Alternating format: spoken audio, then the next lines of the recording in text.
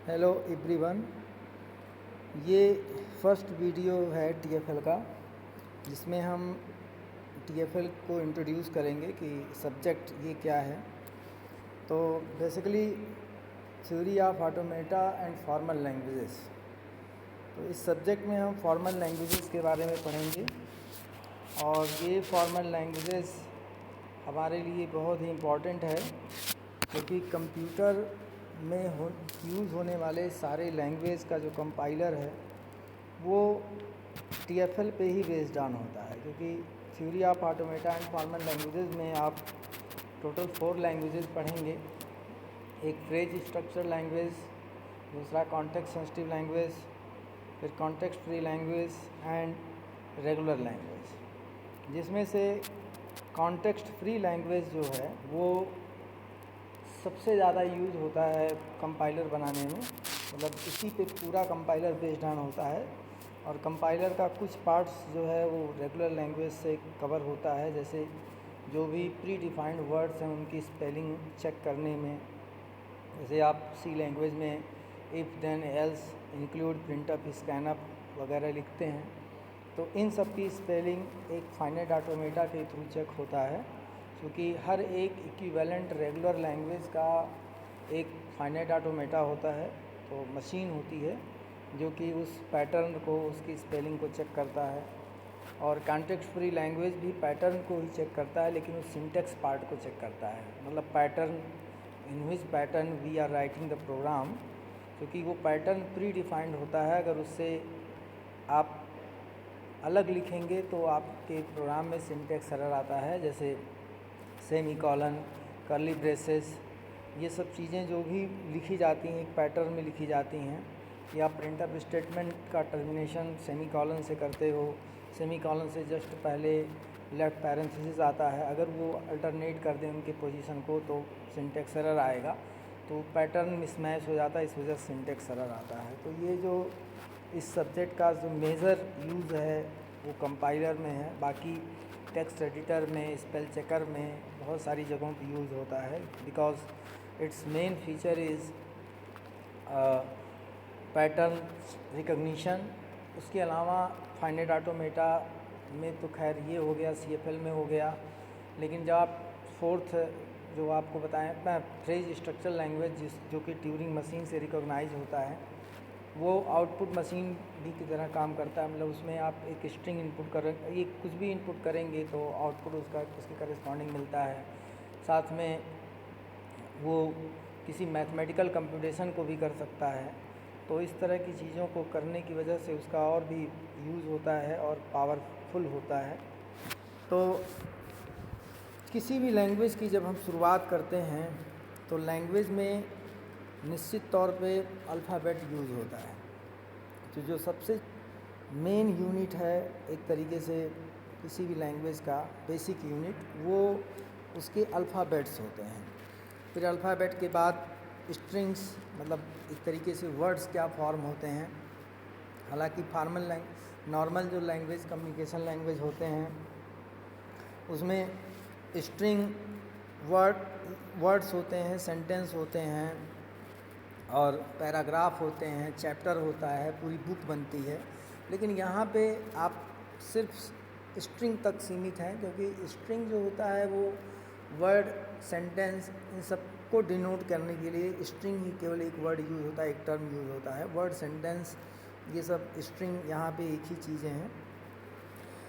तो यहाँ पे जो अल्फ़ाबेट यूज़ होते हैं वो अल्फ़ाबेट आपके small letters of English alphabet, या फिर जो 0, 1, 2, 3 डिजिट्स होते हैं वो सब यूज़ हो सकते हैं, या कोई स्पेशल कैरेक्टर्स होते हैं वो यूज़ हो सकते हैं एज ए अल्फ़ाबेट।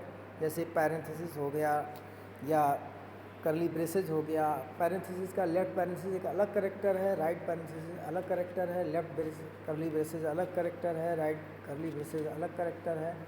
दोनों मिला के बात नहीं कर रहे हैं, वो इंडिविजुअली एक एक कैरेक्टर होते हैं। सेमी कॉलन होता है, हैश होता है, जितने भी स्पेशल कैरेक्टर्स या ऑपरेटर जैसे प्लस साइन या फिर मल्टीप्लिकेशन साइन, ये सब जो चीज़ें होती हैं ये सब इंडिविजुअल कैरेक्टर्स होते हैं। तो ये सब as a character alphabet use होते हैं इसके अंदर, सेमी कॉलन हो गया, ये सारी चीज़ें यूज़ होती हैं इसके अंदर एज ए अल्फ़ाबेट। और जो है ये इनको हम यहाँ की भाषा में टर्मिनल सिंबल भी बोलते हैं, कांस्टेंट भी बोलते हैं। ये सब एज ए टर्मिनल सिंबल या कांस्टेंट यूज़ होते हैं। रेस्ट जो कैपिटल लेटर्स में अगर इंग्लिश अल्फ़ाबेट का कोई कैरेक्टर यूज़ हो रहा है तो वेरिएबल को डिनोट करता है। ये सब आप ग्रामर में पढ़ेंगे। ग्रामर में जैसे ग्रामर देखिए कोई भी लैंग्वेज हो तो उसका अल्फ़ाबेट हो गया, मतलब कौन कौन से अल्फ़ाबेट पे बेस्ड ऑन लैंग्वेज है। फिर बात होती है कि क्या उसका ग्रामर है, क्योंकि ग्रामर ही डिसाइड करता है सेंटेंस या जो भी आप सेंटेंस के बेस पे डिसाइड होता है। लेकिन यहाँ पे चूँकि सेंटेंस जैसे इंग्लिश लिटरेचर में या हिंदी लिटरेचर में लिखते हैं उस तरह से बात नहीं हो रही है।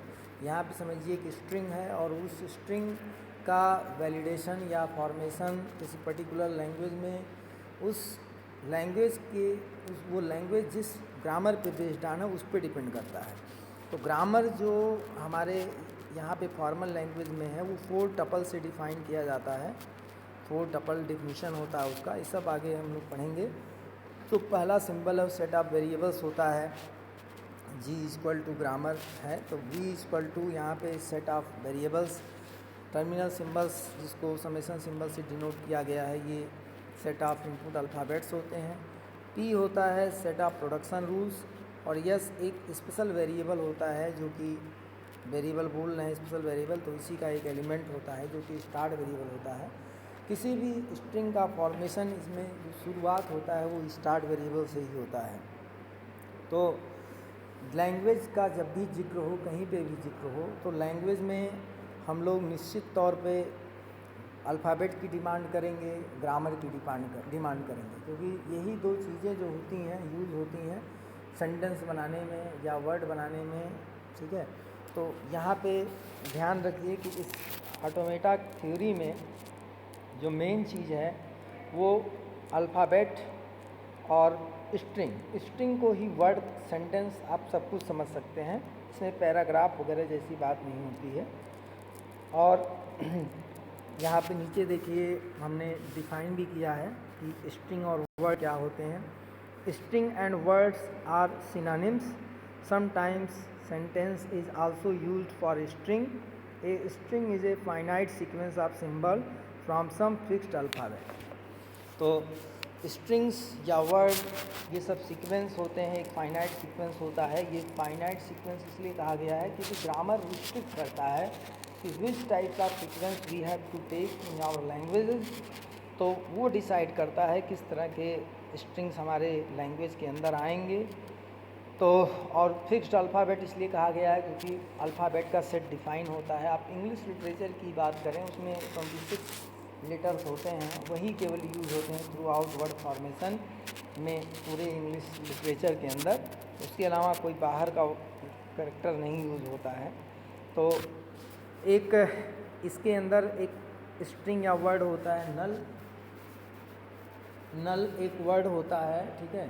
नल आपका जो कि इनपुट स्ट्रिंग होती है, और नल एक स्ट्रिंग होती है जिसके अंदर एक भी कैरेक्टर नहीं होता है विदाउट एनी सिंबल, और उसके अंदर एक भी सिंबल नहीं रहेगा, वैकेंट होता है पूरा, स्पेशल सिंबल्स यूज़ होता है।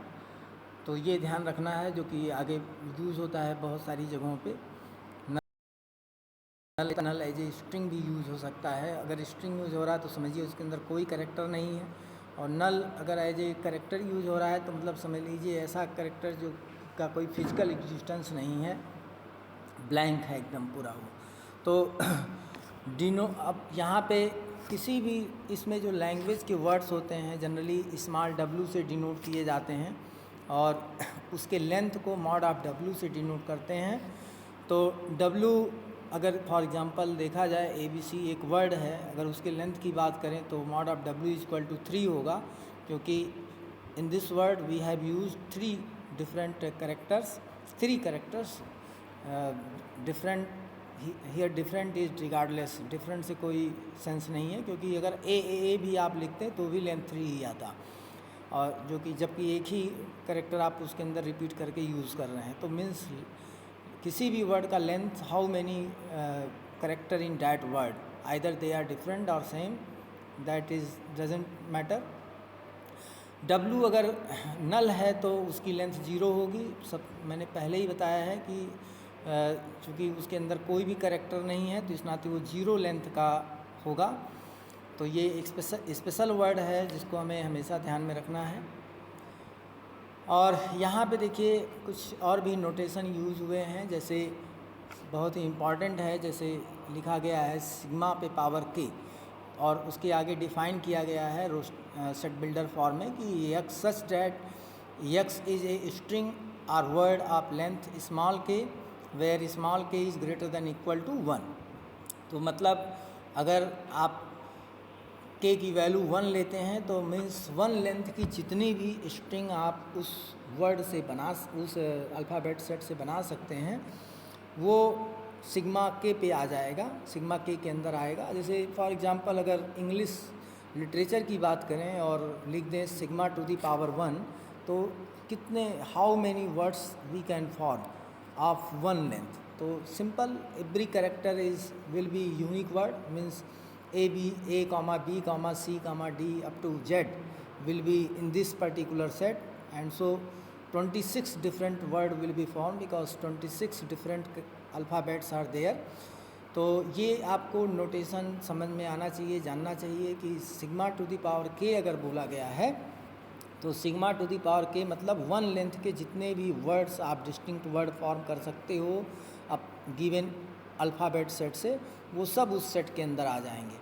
फॉर एग्जांपल अगर सिग्मा इज इक्वल टू 0 1 लिया गया है, मतलब इनपुट अल्फ़ाबेट सेट में 2 ही कैरेक्टर लिए गए हैं 0 एंड 1, तो उस 0 और 1 से कितने आप वर्ड फॉर्म कर सकते हो, और अलग अलग जगहों पे अलग अलग आएगा आंसर। जैसे सिग्मा टू दी पावर 1 लिखा गया है तो सिग्मा टू दी पावर 1 का सेंस है कि 1 लेंथ के कितने वर्ड फॉर्म कर सकते हो। तो 1 लेंथ के यहाँ पे केवल 2 ही वर्ड फॉर्म होंगे, आइदर 0 और 1। So it is just similar to alphabet set, but in the case of when we take length 2 means sigma to the power 2, then we can form 4 different word, either 0 0 or 0 1 or 1 0 or 1 1. So in this set there is 4 different words which we can form using 0 and 1. In case of when k is equal to 3, sigma to the power 3 is equal to total 8 different words form होंगे from 0 0 0 0 to 1 1 1, means 0 0 0 0 0 1 0 1 0 0 1 1 1 0 0 1 0 1 1 1 0 and finally 1 1 1. तो कितने word आप form कर सकते हो और कितने length की, इस बात से डिसाइड होता है। तो ये सब आप ध्यान रखिएगा। और यहाँ पे काउंट किया गया है कि how many words we can form, तो जितना लेंथ होगा उस लेंथ को आप 2 to the power 1 करोगे if we have 2 symbols in our input alphabet set. अब जैसे यहाँ पे बात हुई है, सिंस सिग्मा के अंदर 2 ही वर्ड हैं, 2 ही लेटर हैं, तो 1 लेंथ का आपको फॉर्म करना है तो 2 to the power 1। In case of k is equal to 2, number of word will be equal to 2 to the power 2। Base 2 आया है कहाँ से, how many letters in our input alphabet set, and जो power 2 है वो कहाँ से आया है, लेंथ ऑफ वर्ड जो रिस्ट्रिक्ट किया गया है। सिग्मा टू दी पावर 3 है तो पावर पे 3 आ जाएगा, 2 पे पावर 3 हो जाएगा, और 2 कहाँ से आ रहा है, 2 आपका number of letter in our alphabet set. अगर नंबर ऑफ अल्फ़ाबेट आपके इनपुट अल्फ़ाबेट सेट में 3 हो जाए तो यहाँ 3 to the power 1, 3 to the power 2, 3 to the power 3 हो जाएगा in case of k equal to 1 2 3। तो ये बात हमें ध्यान में रखनी है। नेक्स्ट देखिए, एक बहुत ही छोटी सी बात है, concatenation of string. Concatenation word बहुत फ्रीक्वेंटली यूज़ होता है जब रेगुलर लैंग्वेज आप यूज़ करते हैं। रेगुलर लैंग्वेज जब पढ़ेंगे तो वहाँ पे कॉन्केटनेटिंग ऑफ द 2 वर्ड्स बहुत यूज़ होता है। कॉन्केटनेशन ऑपरेटर चूँकि वहाँ पे होता है रेगुलर लैंग्वेज के अंदर। तो कॉन्केटनेशन ऑफ स्ट्रिंग्स का मतलब होता है कि just write one string after another one. Suppose that we have to concatenate 2 different word w1 and w2 so we write W1 first and immediate after that W2। मतलब अगर आपके पास एक word A B है और दूसरा word B ए है और इन दोनों को कॉन्केटिनेट करना है तो just write A B and B A. जिस वर्ड को आप पहले आप अपने सेंटेंस में बोलोगे उसको पहले लिखना है और जिस वर्ड को आप बाद में उसको बाद में लिखना है। तो ए बी बी ए आपका एक वर्ड फॉर्म हो जाएगा। तो बहुत सिंपल है, आप सिंपली केवल राइट करना है वन आफ्टर अनदर वन। अगर मान लीजिए 3 स्ट्रिंग W1 W2 W3 को कॉन्केटिनेट करना है तो first right W1 without gap right after that W2 without gap right after that W3, तो वो कॉन्केटिनेट हो जाता है। हालांकि कॉन्केटिनेशन जो होता है वो बाइनरी ऑपरेटर है। So every time we talk about 2 different operands means words. तो W1 W2 की ही बात करेंगे, W3 की बात नहीं करेंगे। लेकिन W1 W2 आप फॉर्म करके मान लीजिए W4 बना लिया, फिर आप W4 से W3 कॉन्केटिनेट करोगे तो फाइनल रिजल्ट आपको it will looks like W1 W2 W3 concatenation. तो ये चीज़ हमें ध्यान में रखना है। कॉन्केटिनेशन में जो वर्ड बनेगा उसका लेंथ क्या होगा, तो W1 W2 का लेंथ देखिए यहाँ पे डिस्कस किया गया है कि just it is equal to length of W1 and W2 individually. उन दोनों के लेंथ को हम ऐड कर देंगे तो W1 W2 का length W1 W2 means concatenated word का लेंथ हमें पता चल जाएगा। नेक्स्ट देखिए आपको जो यहाँ पे एक टर्म है लैंग्वेज। तो लैंग्वेज बहुत सिंपल है। लैंग्वेज आप जानते ही हैं, जैसे जनरल जो लैंग्वेज हम यूज़ करते हैं वो उसके अंदर देखिए वर्ड की बात होती है। किसी पर्टिकुलर लैंग्वेज के अंदर का वर्ड, आप देखिए कम्युनिकेशन में हिंदी ही घरों पे बोलते हैं तो पूछा जाता है this word belongs to Urdu और हिंदी और इंग्लिश और एनी अदर लैंग्वेज। हम यूज़ करते हैं तो इंग्लिश जैसे यूज़ करते हैं तो बोलते हैं बहुत सारा सेंटेंस जिसमें हिंदी के वर्ड होते हैं, कुछ इंग्लिश के भी आते हैं। हिंदी बोलते हैं, आपके जानकारी में रहता है हिंदी बोलना है, लेकिन some words belongs to Urdu languages. तो इस तरीके से होता है, जैसे कहते हैं हमको किताब दे दो, तो this is Hindi literature sentence. But अगर कह दो कि हमें बुक चाहिए तो मीन्स बुक वहाँ पे देखिए इंग्लिश से रिलेटेड है और पूरा सेंटेंस आपका ऑलमोस्ट हिंदी से है। तो ये चीज़ होती है। लेकिन यहाँ पे लैंग्वेज का मतलब, लेकिन पर्टिकुलर किसी भी लैंग्वेज का जो वर्ड होता है, अब बुक हमने यूज़ किया उस सेंटेंस के अंदर, लेकिन बुक इनवैलिड है इंग्लिश हिंदी के हिसाब से, क्योंकि हिंदी का वो नई सेंटेंस है। उसको कहा जाएगा कि ये शुद्ध वाक्य है कि अशुद्ध वाक्य है, तो आप अशुद्ध वाक्य बोलोगे क्योंकि उसके अंदर बुक आपने यूज़ किया है, किताब नहीं यूज़ किया है या पुस्तक नहीं यूज़ किया है। तो उसी तरीके से यहाँ पे लैंग्वेज जो आपका दिया गया है, लैंग्वेज किसी भी पर्टिकुलर कोई भी फॉर्मल लैंग्वेज क्या होगा, सेट ऑफ स्ट्रिंग्स होगा। किसी भी कोई भी लैंग्वेज आप जब यहाँ बात करोगे तो set of string over given alphabet set. तो a language here denotes a set of string over certain alphabet. Phi and null are languages. Language फाई और नल भी एक लैंग्वेज है। फाई के अंदर एक भी स्ट्रिंग नहीं है, वैकेंट है, क्योंकि ये लैंग्वेज को एक सेट बताया जा रहा। फाई कैसा सेट है, एम्प्टी सेट है, तो है तो लैंग्वेज लेकिन उसके अंदर कोई वर्ड नहीं है। ऐसा ग्रामर था कि कोई वर्ड बन ही नहीं पाया। नल करली ब्रेसेस के अंदर लिखा गया है तो वहाँ पे एक स्ट्रिंग है, और कौन सी स्ट्रिंग है, नल स्ट्रिंग है। नल हालांकि वैकेंट है, उसके अंदर कोई भी कैरेक्टर नहीं है, फिर भी वो करली ब्रेसेस के अंदर लिखा गया है, तो it will be a valid string that is null. तो ये चीज़ें हो गई। अब जैसे नीचे कुछ एग्जांपल दिए गए हैं, टोटल 3 लैंग्वेजेज लिखे गए हैं, L1 L2 L3। तो L1 में देखिए 3 डिफरेंट वर्ड्स हैं over alphabet A B. L2 है, उसके अंदर बहुत सारे वर्ड्स हैं क्योंकि डॉट डॉट डॉट लगा दिया गया है। This is not finite set, this is infinite set, क्योंकि जब भी काउंटेबल नहीं होगा तो इनफाइनाइट हो जाएगा। ये भी देखिए a to the power n b to the power n, ये सेट बिल्डर फॉर्म टाइप का लिख दिया गया है। n की वैल्यू रिस्ट्रिक्ट की गई है कि 1, n की value greater than equal to 1 है, तो n कि वैल्यू आप वेरी करोगे डिफरेंट वर्ड मिलेंगे, ए बी मिलेगा, ए बी बी मिलेगा, ए ट्रिपल बी मिलेगा, ये सारी चीज़ें मिलती रहेंगी। आप ये ध्यान रखिए कि a⁻2 b⁻2 लिखा गया है, तो ये एज यूजुअल पावर नहीं है। इसका मतलब है कि आप a को कॉन्जिक्यूटिवली 2 बार लिखिए, फिर इमीडिएट आफ्टर लिखिए b को 2 बार। तो एक्चुअल इसका जो मतलब है वो ए बी बी है, मतलब ये वर्ड आपका फॉर्म होता है। और अब यहाँ पे ऑटोमेटा का एक डिफिनीशन बताया गया है। ऑटोमेटा का मतलब क्या है कि ऑटोमेटा जैसे ही आपके सामने आप ऑटोमेटिक, तो एग्जैक्टली है भी ऑटोमेटा एक प्लूरल वर्ड है और उसका सिंगुलर फॉर्म है ऑटोमेटान। कभी कभी वाइवा में पूछा जाता है what is either automata is singular और प्लूरल, तो आप अगर जानकारी तो बताओगे तो फिर पूछेगा व्हाट इज़ सिंगुलर, तो दैट इज़ ऑटोमेटान। हालांकि ऑटोमेटिक मतलब क्या होता है? ऑटोमेटिक का मतलब होता है कि to do something without direct involvement of human being. कोई भी ऐसी चीज़ हो, कोई भी ऐसी एक्टिविटी हो जिसमें ह्यूमन बीइंग का इन्वॉल्वमेंट ना हो डायरेक्टली, और मशीन के द्वारा आप कराएं, तो मतलब वो ऑटोमेटिक मशीन है।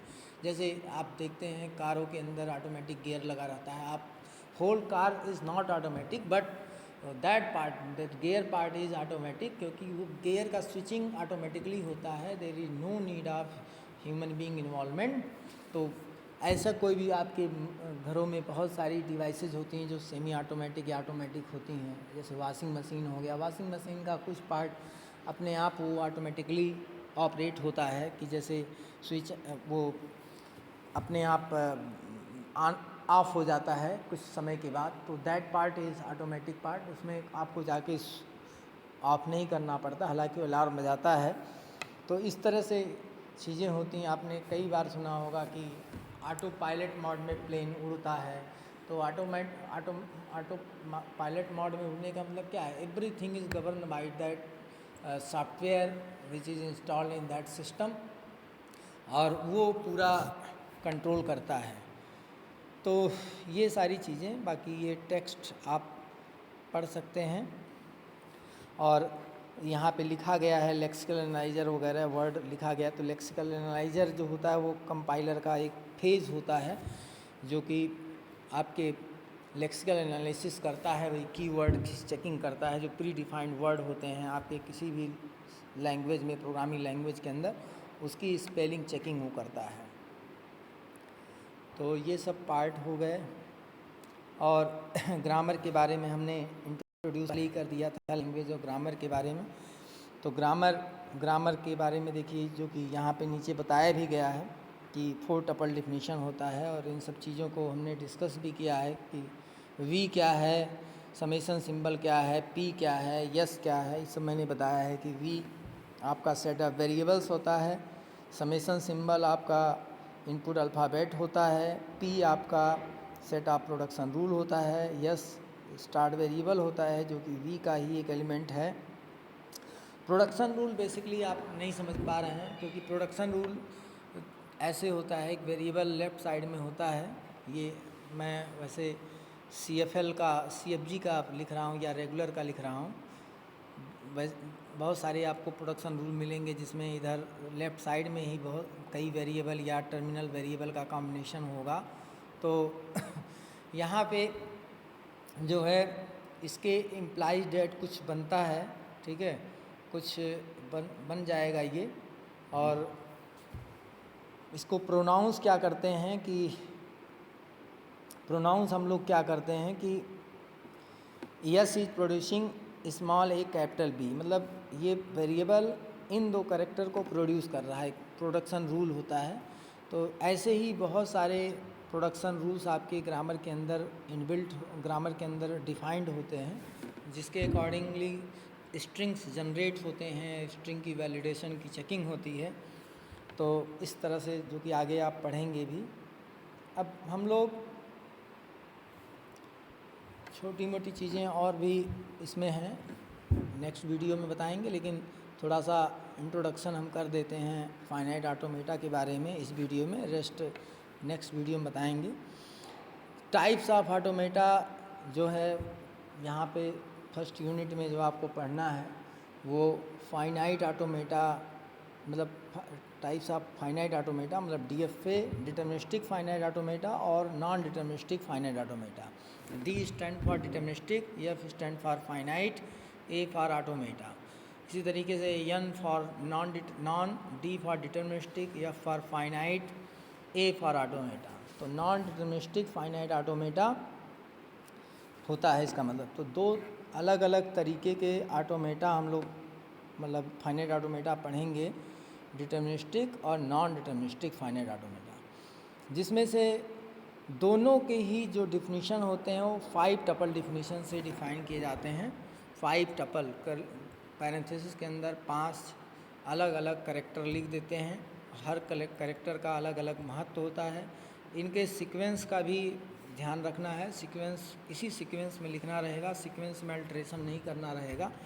कैपिटल Q जो है वो आपका set of non empty finite set of states है, मतलब कौन कौन से हम स्टेट्स यूज़ करते हैं अपने फाइनाइट ऑटोमेटा में। और यह summation symbol non empty set of input alphabet है। डेल्टा जो है यहाँ पे वो ट्रांजिशन फंक्शन है जिसके अकॉर्डिंगली ट्रांजिशन रूल डिसाइड होता है। Q0 आपका इनिशियल स्टेट है। F आपका सेट ऑफ फाइनल स्टेट है जो कि सबसेट होता है। F सबसेट होता है कैपिटल Q का। तो Q0 एक यूनिक स्टेट है कैपिटल Q के अंदर जो कि आपका स्टार्ट स्टेट होता है, मतलब मशीन का स्टार्टिंग जो होता है वो इसी स्टेट से होता है। किसी भी स्ट्रिंग की प्रोसेसिंग या किसी भी स्ट्रिंग के वैलिडेशन की चेकिंग उसी स्टेट से स्टार्ट करते हैं। मतलब मशीन जब ऑन करते हैं इस प्रोसेस के लिए तो Q0 में स्टार्ट स्टेट में ही रहता है। अब अलग अलग बुक में कहीं पे Q0 लिखा हो सकता है, कहीं पे स्मॉल s लिखा हो सकता है, वो अलग इशू है। लेकिन आप ये जानिए कि Q0 ही यहाँ पे इनिशियल स्टेट है। तो यहाँ पे जो फाइनाइट ऑटोमेटा है क्या कि इसमें स्टेट टर्म जो यूज़ हो रहा है, स्टेट बहुत ही पावरफुल चीज़ है। स्टेट के अंदर आपका स्टेट इतना पावरफुल होता है, वो प्रिडिक्ट कर देता है कि क्या हम पढ़कर आए हैं, क्या पढ़ने जा रहे हैं।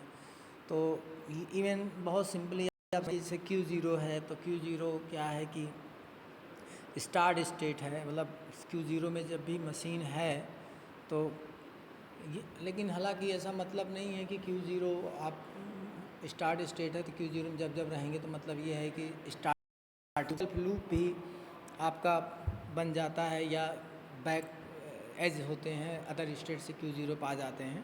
खैर वो सब चीज़ें हम लोग आगे के वीडियो में पढ़ेंगे। और F के जितने भी स्टेट हैं वो फाइनल स्टेट होते हैं। F के अंदर मतलब एक से ज़्यादा फाइनल स्टेट यूज़ हो सकता है आपके DFA के अंदर या NDFA के अंदर। तो ये 5 टपल डिफिनीशन आपको ध्यान में रखना रहेगा। और इसमें जो डिफरेंस है दोनों NDFA DFA में वो इसी को लेकर है। इस पे हम डिस्कशन नेक्स्ट वीडियो में करेंगे। जब भी आप डिफ़ाइन करेंगे तो जब भी डिफिनीशन पूछा जाएगा आपसे तो यही 5 टपल डिफिनीशन आपको बताना रहेगा। तो हमने जो इस सब्जेक्ट के बारे में इंट्रोड्यूस किया वो बेसिकली देखिए क्या क्या चीज़ें हैं। कोई भी लैंग्वेज जब भी हम समझना या पढ़ना या सीखना शुरू करते हैं तो सबसे पहले उसके अल्फ़ाबेट के बारे में सब पढ़ते सुनते हैं। लेकिन आप देखिए हिंदी पढ़े होंगे तो क ख ग घ पढ़े होंगे, पहले इंग्लिश पढ़े होंगे तो ABCD पढ़े होंगे। लेकिन यहाँ पे ऐसा नहीं है कि एक पर्टिकुलर अल्फ़ाबेट सेट है उसी पे बेस्ड ऑन पूरा सब्जेक्ट है, नहीं। हर क्वेश्चन के लिए अलग अलग अल्फ़ाबेट सेट हो सकते हैं। More frequently we use AB या 01 या ABC या 012 ऐसे ही यूज़ करते हैं। 3-4 कैरेक्टर से ज़्यादा अल्फ़ाबेट का सेट नहीं होता है, क्योंकि इसी से पूरे इस फॉर्मल लैंग्वेज की अंडरस्टैंडिंग बन जाती, समझ में आ जाती है। अच्छा, जितने भी फाइनाइट ऑटोमेटा, भी एक क्वेश्चन फाइनाइट ऑटोमेटा कर रहे हो, फिर दूसरा कर रहे हो, फिर तीसरा कर रहे हो, हर एक फाइनाइट ऑटोमेटा एक लैंग्वेज को रिप्रेजेंट करता है। मतलब आप समझिए कि जितने क्वेश्चन आप करते हैं वो अलग अलग लैंग्वेज को रिप्रेजेंट करते हैं। तो कई लैंग्वेजेस होते हैं, बहुत सारे लैंग्वेजेस होते हैं, तो हर एक लैंग्वेज का भाई अलग अलग अल्फ़ाबेट सेट होता है। इसी नाते फ़िक्स अल्फ़ाबेट सेट नहीं हुआ है कि पूरे सब्जेक्ट के लिए एक ही अल्फ़ाबेट सेट होगा, ऐसा कुछ नहीं है। तो ये सब थोड़ा दिमाग में रखना रहेगा ध्यान से। नेक्स्ट वीडियो में आप लोगों को बताएंगे। Thank you.